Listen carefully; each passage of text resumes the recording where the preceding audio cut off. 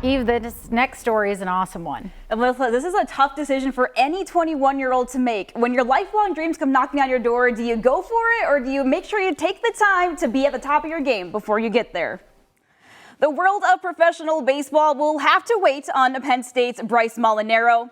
A top slugger for the Nittany Lions this past season was selected in the 2025 MLB Draft a couple of weeks ago, but he has no plans to leave Happy Valley. Every practice, every at-bat, every walkthrough was worth it for Bryce Molinaro, who heard his name called number 501 overall in the 17th round of the 2025 MLB Draft by the Washington Nationals organization. I got a few phone calls and my dream became reality, and it's just, ever since that, it was unreal. But Bryce will wait on those dreams at least one more year.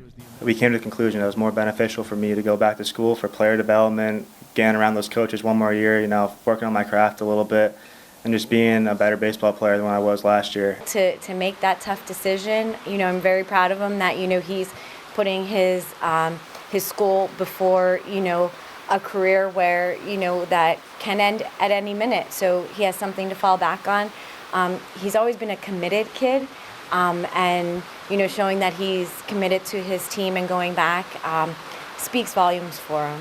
A key contributor for the Nittany Lions this past season, earning 61 RBI off of 60 hits, adding 34 walks and 13 home runs. He was one of a program record 5 Nittany Lions drafted this season.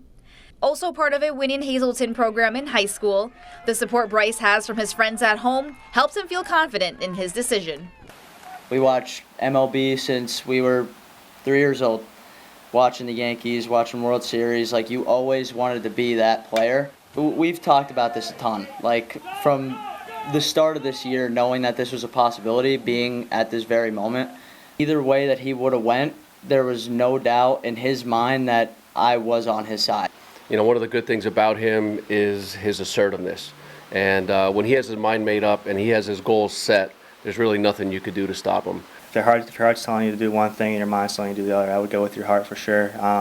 You always want to play the game as long as you can. So I think what I did was kind of just put my head down, followed my heart, and kept playing the game I love.